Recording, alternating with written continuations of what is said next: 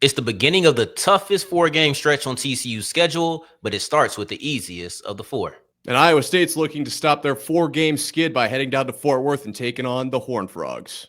It's a locked-on crossover.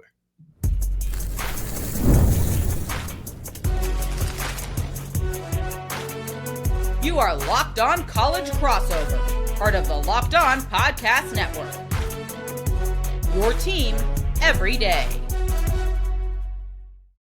Going on, family? Welcome back to another episode of the Locked On Horned Frogs podcast, as well as Locked On Cyclones. I'm here with my guy, Nick, and we're doing a Locked On crossover about this week's matchup between the Horned Frogs and the Cyclones. We'll close out with our prediction, who's going to come out with the victory. Segment 2 is all about the wide receivers versus DBs, because that is a pivotal matchup on both sides. But we kick this thing off with a huge question around Iowa State. Today's episode is brought to you by FanDuel, and right now new customers can bet just $5, and if your $5 bet wins, you'll get $300 in bonus bets to use across the app. Download the app today. Now, Nick, I have a question that I think everybody in the Big 12 is wondering, specifically our Horned Frogs. What the heck happened to Iowa State? Because it started good, it felt good, and then now you're sitting here. No, I actually have the same question myself. What did happen to this team? Obviously the big win over Kansas State in Dublin, that was kind of, the game that we talked about all offseason. We had a segment going every Friday. It was Farmageddon Friday. Christian Rao and I broke it down, and multiple times we said the winner of that game would go on to have a great season. And for multiple different reasons, obviously getting that win, that was a great momentum boost. You rattle off 4 more. You start the season 5-0, and after the beatdown against Arizona, you drop 4 straight. And if you're the Cyclones right now, obviously we're going to talk about this upcoming matchup and how important this is against TCU. But I think the biggest, to answer your question, essentially, the biggest thing is injuries. And we saw this last season with Iowa State. It was primarily the linebackers. This year, it's primarily in the secondary. But this Iowa State team just cannot get away from the injury bug, and it's made it almost impossible to come away with wins. Yeah, it's one of those things where you mentioned Kansas State. I think it's interesting. Earlier this week, I did a comparison between the Wildcats and Cyclones in the sense of both teams had these huge expectations, and then it just felt like it tapered off. And I feel like there's such a parallel between you two. And starting the season off against each other makes the parallel even more fascinating. You talk about the secondary, the health of that unit. What are you working with? Backups on the outside, backups in the deep part of the secondary, backups all the way around. How are we looking? Yeah, we're looking at basically third stringers all the way around. Jontez Williams, Jeremiah Cooper, Kyjon Cummings, Coleman, all out for the season. 2 ACLs. I don't believe we got a specific designation on Kyjon, but I think it was a shoulder, just based on what I had seen. It's all over, and it's ugly. And we just lost Will McLaughlin as well at linebacker for the season. That's obviously not the secondary, but that just goes to show, the whole defensive unit works together to stop the pass. Now you're down another linebacker. So, and this is really interesting. I found this personally interesting because I generally tend to think in one linear path until I've been exposed to new information. And Coach John Haycock brought this new information to light for me. It's really easy to look at Iowa State missing top-end talent in the secondary, right? No Jontez Williams, no Jeremiah Cooper. Oh, we don't have top-end talent. This is going to be a struggle. Well, the way he worded it was that now these guys who were getting 20 to maybe 30 snaps a game are not only getting the 50 to 60 snaps that the starters were getting, but they're actually going above and beyond that. Now because we have less depth, they're expected to go up to 70 snaps, right? However, basically however many defensive snaps there are, they're forced to play that as a new player in this scheme or in Division I football. So it's like third stringers all across the board. And it's also coming down to, like, yes, experience, but also how fatigued are they in these games? Yeah. If you are a TCU fan, write that down, highlight it, circle it, mark it. Know that we're coming back tomorrow to talk about it. I haven't done my Friday game plan, but I can tell you what, the injuries in the secondary, the third stringers in the secondary, there may not actually be a more important aspect, a more important facet of the Iowa State team for TCU fans to pay attention to than that right there. Because you have a lot of talent and you have a lot of receiving talent. They're down linebackers, they're down safeties, they're down cornerbacks. TCU is actually not even relatively, they're very healthy at the skill position, right? Like they are really good as far as, and Manjack's back. That's a guy who, Manjack is the guy with no gloves. So if you've ever seen TCU, he's probably the first guy that makes you catch your eye. But he was injured, and that was somebody who had started kind of getting faded out a little bit. And I was kind of curious on why that was the case, but now we have our answer. When it comes to TCU, though, this is a game that means everything. And every game means everything until the games mean nothing. And what I mean by that is 4 games. If you want to win the Big 12, you want to make it to the Big 12 championship, you have to go 4-0. The minute that you lose a game, I think you're going to lose a section of the fan base. I think a lot of fans aren't sitting here wondering what kind of bowl game you can get to. There's going to be a cutoff point. And once you lose a game, I think that's the cutoff point, because once you get to 3 losses, you're not making the Big 12 championship. Even at 2 losses, I think it's tough, but I think TCU has the best path to that. So this is the most important game, and I don't think it's easy at all. But then when you start looking at UH, you start looking at BYU, at Cincinnati, this becomes the game where it's like, okay, you got to get through this one. And so that's how I was looking when I was looking at Iowa State's schedule, right? After the loss to Cincinnati. That's how I was kind of looking at Colorado. I know exactly what you're saying, and I'm going to just bounce exactly my thoughts back to you to show that the Colorado game to me was, if you are what you say you are, you will win this game. If TCU is what you think they can be, this is a game that they have to win. Now, I do kind of want to pivot here. Going into this season, I took a look at the schedule and I circled 5 games that I thought were like super important for Iowa State, and TCU was on this list. They were a team that I thought was going to be overlooked, especially with Josh Hoover and the talent that you guys have across the board. Where is TCU now? Because before the season, not very many people were talking about them. And I was, I think, in the minority to say, look out for these Horned Frogs. Where has momentum taken them? Like, obviously not 4 straight losses, so you're better than Iowa State in that regard. I think that they're still kind of, I don't even want to say under the radar. I think they're where they're supposed to be. But this next 4-game stretch is going to be important as far as changing narratives as well. But the truth of the matter is, you go through TCU's schedule, and SMU is the statement victory. But then you go against Arizona State on national TV. It's a Friday game. There's no other matchups to really pay attention to, and you collapse at the end. So while I think that TCU is immensely talented, while I think that TCU has the talent to be able to compete for a Big 12 championship, compete for a chance to make it to the Big 12 title game at least, I think that they have come up short in critical moments, specifically that Arizona State game. So when you're talking about how you're viewed nationally, if we're being just completely like realistic about it and not being a fan, the way you perform against North Carolina when the whole world was looking, that was great. But then we began to see and say, North Carolina isn't really about anything. And then you go against Arizona State and you fall victim there. TCU has never been looked at as a top-tier team nationally, but it feels like that game versus Arizona State was their measuring stick, and they didn't measure up. So that's why I think that they're kind of viewed as a second-tier team in the Big 12, and I can't really complain about that stance either. Even though I think they're talented enough to be a Tier 1 team, I can't be mad at anyone who doesn't see it.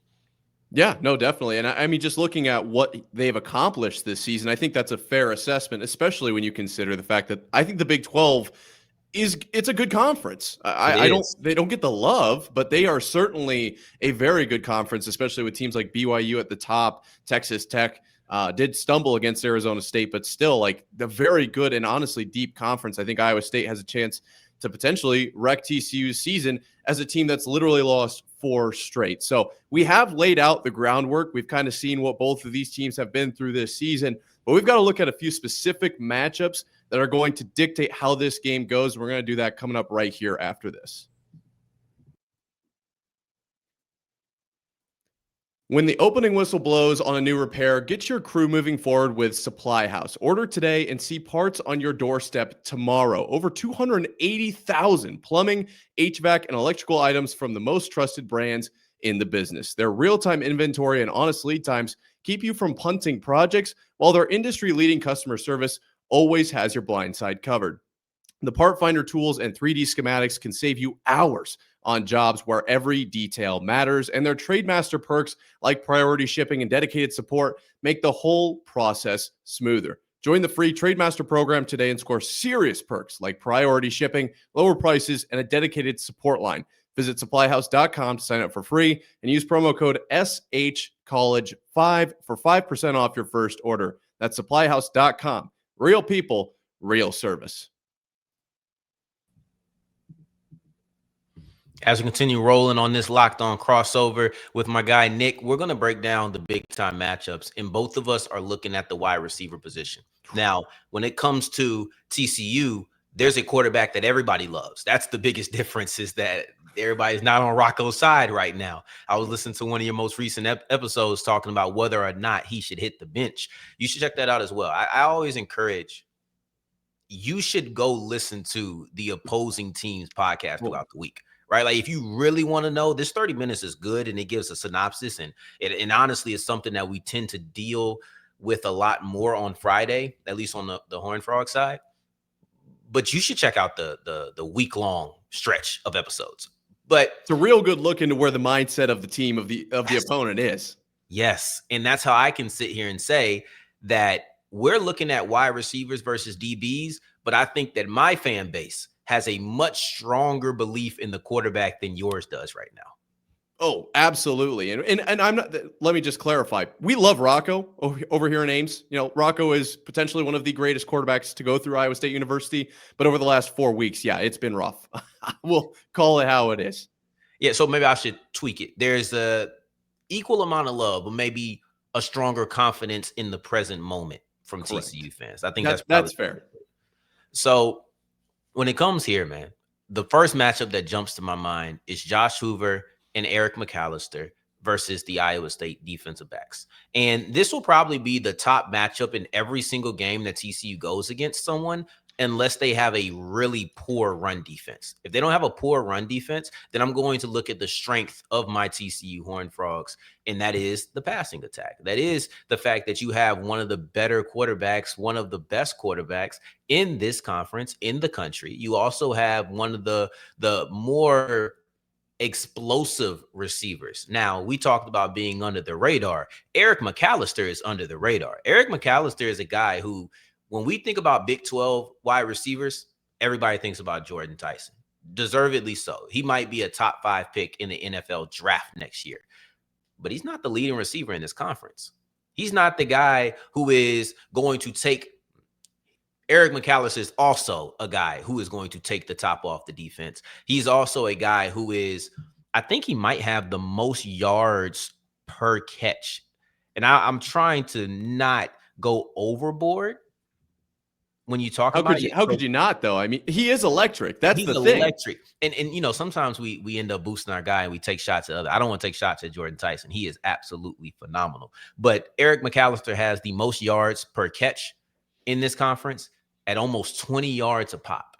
And whenever you have a 20-yard a pop receiver, we tend to think of those guys as specialties. We tend to think of those guys as gadget players. That's not Eric McAlister.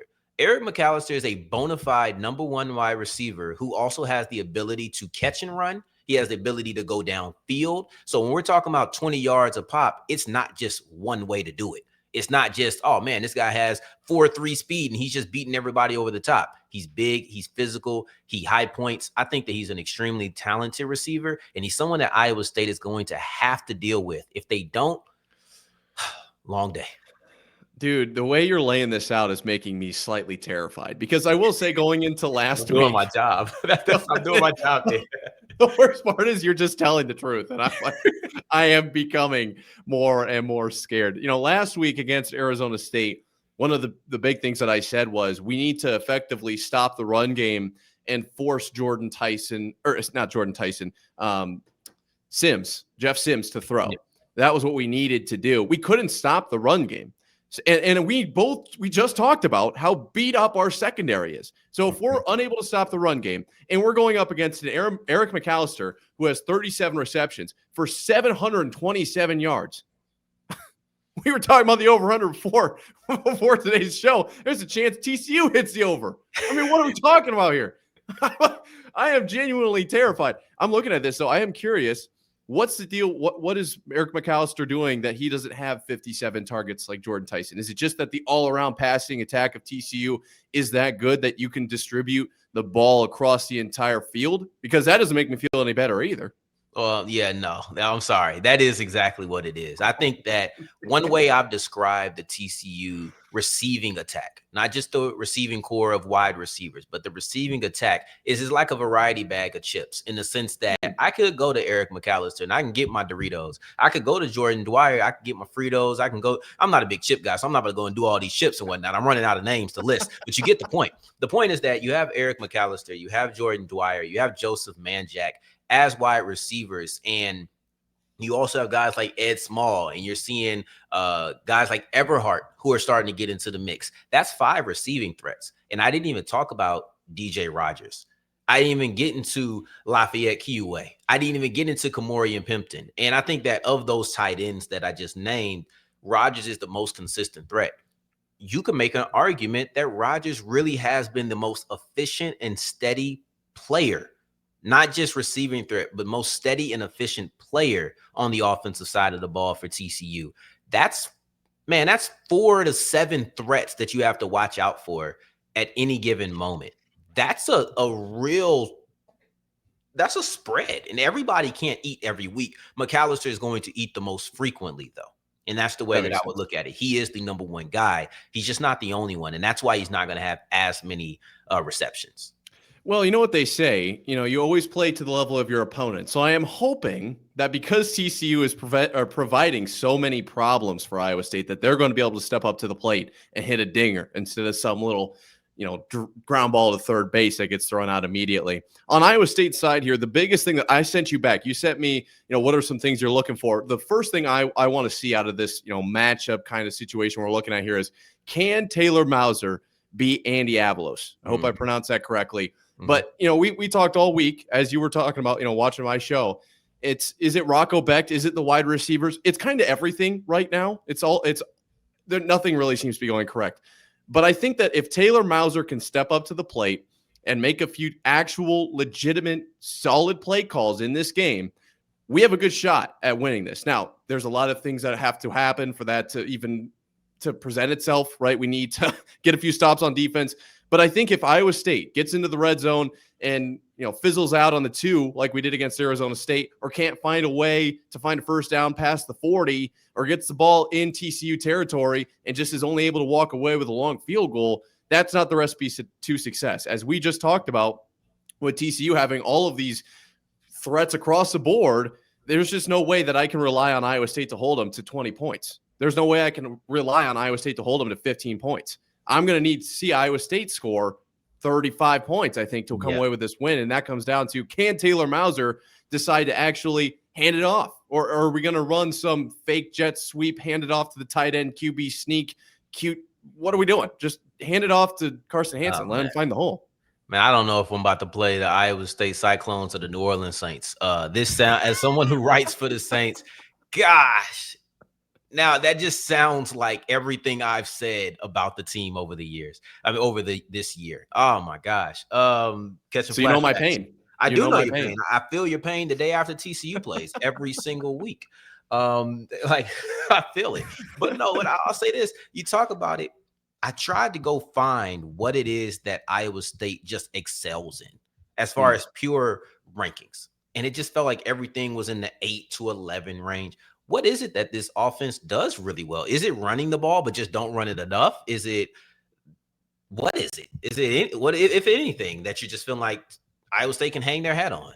That I do think it's the run game, and we've seen them play very well throughout the course of the season. I believe against Arizona State, it was averaging over a yard more per attempt, right? So per rush compared to per pass, Iowa State was doing much better on the ground, and they just don't really want to go towards that. On third down, Iowa State had 15 third downs. They ran the ball one time. Now, part of that is going to be the fact that they were behind the sticks. They were running from third and long a lot of that game. But I want to see him give it to Carson Hansen more. He can literally blow up a hole. Like, he can create his own running lane, but they don't want to give it to him. Abu Sama will literally jump over somebody if that's what it takes to get the first down, but they're willing to just – that's not what we want to do. I don't know. I do want to see them run it more, but at the same time, you can't probably run it 150 times a game unless you're Jeff Sims, I guess. Yeah, it's tough. Now, I think the way they run the ball will be a big part in what is the final outcome. So let's get into what our predictions are as we continue with the Locked On crossover. Today's episode is brought to you by FanDuel. The NBA is here. College football is here. Pro football is here. Listen, this is like the golden time for sports. The only thing that's missing is the MLB, but there's so many things for you to make a little bit of money on. I would suggest that you go and you put down $5 on whatever it is that you feel the most confident about on FanDuel, because if you're a new customer, FanDuel will give you $300 back in bonus bets if your first $5 bet wins. It's simple. And then you can go get risky. Then you can go say, maybe TCU and Iowa State do hit the over. That's 57.5. That's a high over, but maybe you're feeling a little bit risky. Just put something down on the Mavericks before the game gets going. Keep it in the Metroplex. Now, this is a big time game. Josh Hoover, Eric McAlister put money down on the yards. I think they're going to be racking them up. But go to FanDuel right now and make every moment more.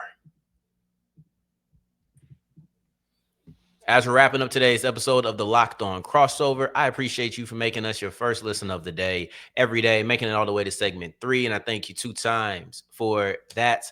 Thank you. Thank you. Make sure that you're checking out the Friday episode as well between Nick and I. We're going to give a lot of great analysis on what we took from here and also what our respective teams need to do in order to come out with a victory. But when you mention the running game, I have to ask, what is that offensive line like? Because we have a Caleb Elarms-Orr, who is a really strong tackling machine, as well as a pressure player, someone who gets behind the line of scrimmage and not just a 15 yards down the field tackling merchant. Not that kind of guy. Caleb Elarms-Orr is a player who will make plays behind the backfield, rushing the passer, and also just getting back there and run plays. I have a lot of faith in the offensive line for Iowa State. We'll see exactly how that pans out. Obviously, run versus pass. I feel like Iowa State's done a relatively good job of giving Rocco time. At the same time, I want to see them get the ball out of his hands faster. But as far as the run game goes, I think they're going to be all right. I think they're going to be able to get to the second level. They're going to be able to create run lanes big enough that Carson Hansen can work with those.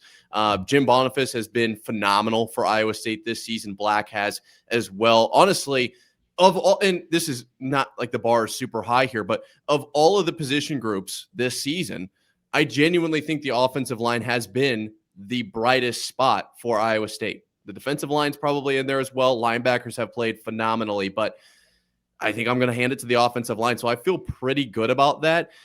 As far as Iowa State goes, their linebackers, I think, are probably the highlight of that defense as well. We have big names like Tomatoa McDonough and Dom Orange, big citrus, if you will, on the defensive line. But I think the linebackers are flowing. I think that they're going to be able to fly around without Will McLaughlin, yes, but certainly guys like Caleb Bacon. Is that your main concern for this Iowa State defense? Because we talked about how beat up they are in the secondary. I feel like it would be wrong to not be concerned about those linebackers. Yeah, I feel like TCU doesn't run the ball enough. Just okay. You know how that feels, right?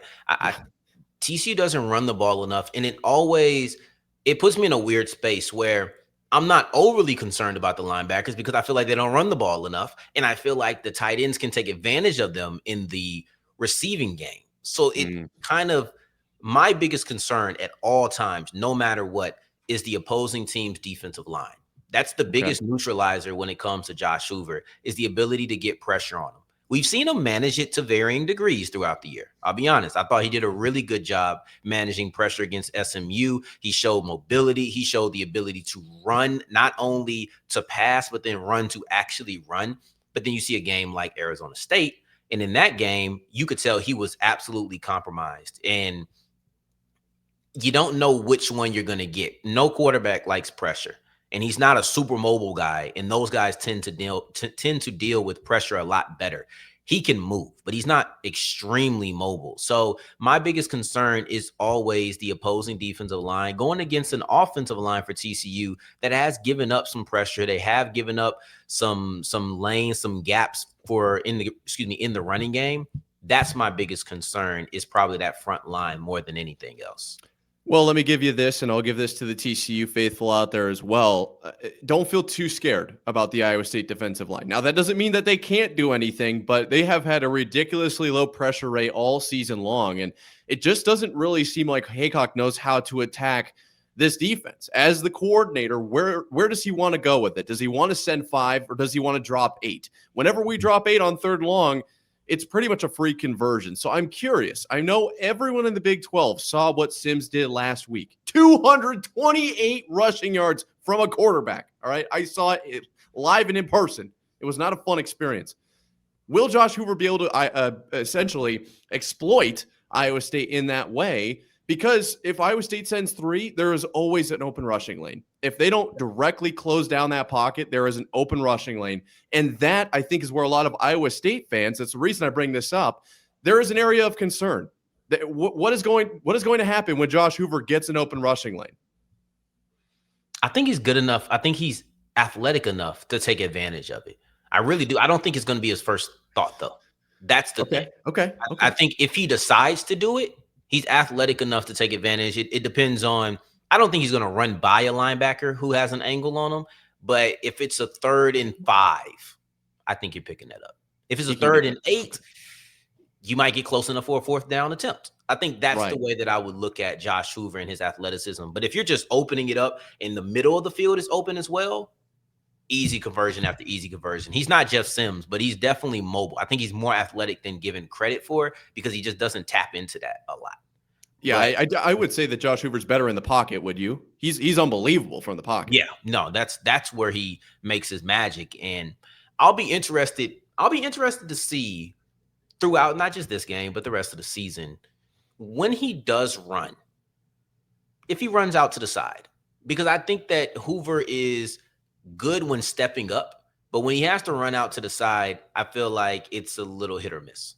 Okay. And if I was Iowa State, I would just try to protect the inside. Because you get them going outside left or right, then you have more time. But if it's right up the middle, that's an easy conversion. That's just basic football. That doesn't have anything to do with Josh Hoover, but I think you can take advantage of it. I'll say this. Because of the struggles, because of the injuries, because of all of those things happening in the secondary, and because that's the strongest point of the TCU offense, I'm going to give TCU the win, and they're at home. Their biggest struggles have been on the road. They tend to get it together at home. I'm going to say TCU wins this game by 35-24. That's what I'm saying. I'm going to throw that out there. So I guess I do have them hitting the over, right? Yeah, 59. Yeah. So 35-24. And I think that Iowa State will actually get a touchdown late to backdoor kind of move that up. Yeah, honestly, 24 points, I'd be very happy with that. I struggle to give Iowa State the win here, but it's pretty easy to, if you look beyond what we've actually seen this season, you can convince yourself that this team is good enough. I've talked about it all week long. There is no reason that this offense should be struggling. 27-19, 17-30 in their last 4, not in any, I accidentally read those out of order, but my point is they are capable of scoring more points. And essentially, what I'm going to do here is I'm just going to gamble and say that we're able to snag a few turnovers when we probably don't deserve them, and we're going to score points where we usually don't. And I'm going to say Iowa State somehow sneaks away with some 35-31 win. It has to be high scoring. It has to be for Iowa. They will not win this game 17-14. And if they do, I will come on here and say that I was wrong. I'm okay with saying that. I just don't see a way. The defense has struggled too much all season long. Yeah, and you know what? Turnovers that you don't deserve have kind of been an issue for TCU this year. They've had some that have just slipped through their hands, some that were just weird, some just fluky turnovers they've had in about 2 to 3 games this season. So it's possible. It's possible. But make sure you're checking out Nick on Locked On Cyclones. And then also make sure you're checking out me on Locked On Horned Frogs if you are on the other side. In the meantime, in between time, until the next time that we hear each other, family, take care, stay blessed. Peace.